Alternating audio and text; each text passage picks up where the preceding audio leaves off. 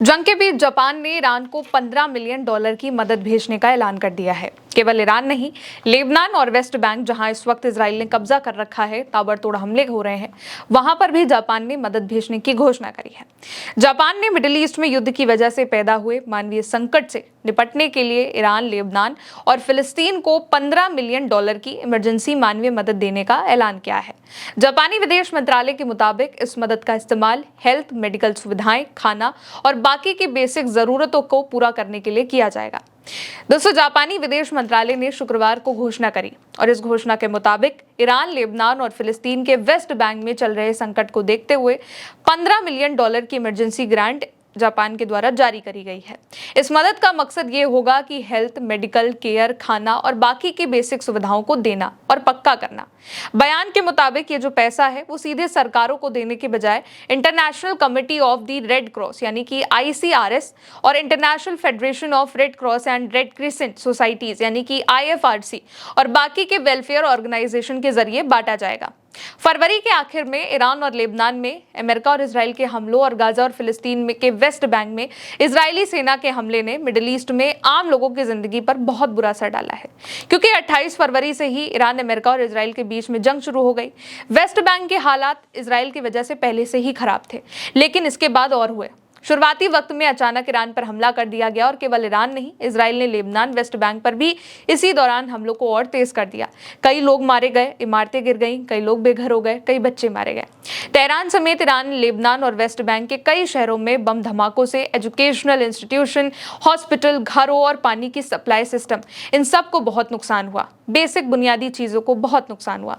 दक्षिणी लेबनान के कई इलाकों पर तो इजराइल ने कब्जा कर रखा है, जिसकी वजह से लाखों लोग अपने घर को छोड़कर रिफ्यूजी कैंप में रहने को मजबूर हैं। यहाँ पर ना खाना है, ना दवा है, ना साफ पीने के लिए पानी है, बहुत ही कमी है। और अब जापान इसलिए मदद भेजने की कवायद कर रहा है। ईरान के लिए कुल $10 मिलियन दिए गए हैं और इस रकम में से 4 million United Nations high commissioner for refugee यानी कि UNHCR को पानी, साफ सफाई और हेल्थ सुविधाओं और बाकी दूसरी चीजें देने के लिए दिए जाएंगे। अब IFRC को हेल्थ और मेडिकल केयर के लिए $2.5 मिलियन मिलेंगे।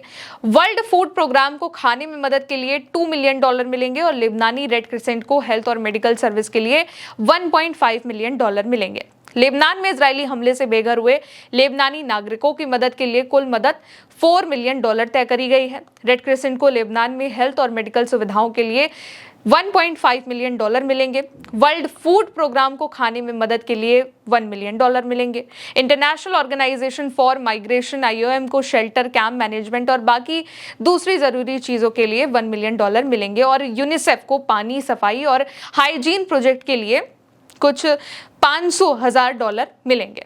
इसके अलावा यूनाइटेड नेशंस ने फिलिस्तीन के वेस्ट बैंक में इजरायली हमले से प्रभावित बच्चों, परिवारों के लिए साफ पीने के पानी और खराब सीवेज सिस्टम तक पहुंच ठीक करने के लिए $1 मिलियन दिए जाने की घोषणा करी है, जिससे यूनिसेफ के जरिए पानी, सफाई और हाइजीन प्रोजेक्ट पर खर्च किया जाएगा। जापानी विदेश मंत्रालय के मुताबिक इस इमरजेंसी मदद के अलावा जापान की सरकार ने अपने अलग नेटवर्क जापान प्लेटफॉर्म को 6,40,000 मिलियन, लगभग 96 मिलियन जापानी येन भी दिए हैं और इस पैसे से लोकल जापानी NGOs लेबनान में शरणार्थियों को रोजाना की जरूरत की चीजें और राशन भी बांट रहे हैं। जापान की अगर बात करी जाए तो जापान से युद्ध के दौरान अमेरिका ने कई बार मदद मांगी थी, लेकिन ईरान के विरोध के लिए ट्रंप ने जापान से स्ट्रेट ऑफ हॉर्मुज में टैंकरों को एस्कॉर्ट करने के लिए युद्धपोत भेजने को कहा, माइंस हटाने यानी कि डी माइनिंग और समुद्री सुरक्षा अभियान में भाग लेने की बात कही।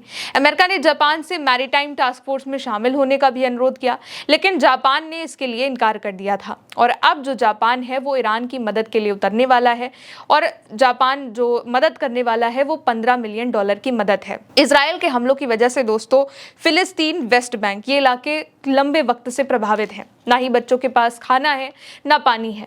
बच्चे कुपोषित होते चले जा रहे हैं, बीमार होते चले जा रहे हैं और कुछ तो भुखमरी की वजह से मरते भी चले जा रहे हैं। इसलिए फिलिस्तीन के हालातों को देखते हुए जापान ने फिलिस्तीन की मदद करने का भी ऐलान किया है।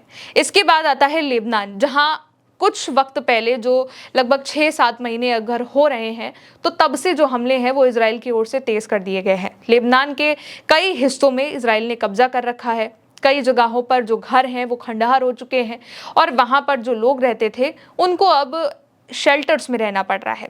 इसलिए लेबनान में भी जापान ने मदद की कवायद करी है। इसके बाद बारी आती है ईरान की।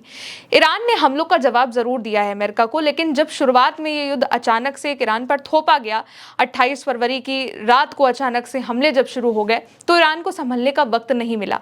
ईरान इसके लिए प्रिपेयर नहीं था, क्योंकि अचानक से हमले शुरू हुए और अमेरिका ने और इजराइल ने जहां कहीं पर भी हमले किए, वो केवल ईरान के वो ठिकाने नहीं थे, सैन्य ठिकाने नहीं थे, बल्कि जो बिल्डिंग्स थी उनको उजाड़ा।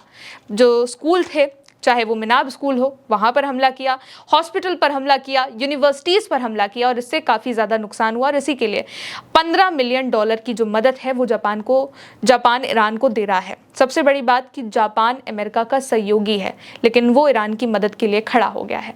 फिलहाल मेरे साथ इस खबर में इतना ही। देखते रहिए उल्टा चश्मा यूसी। शुक्रिया।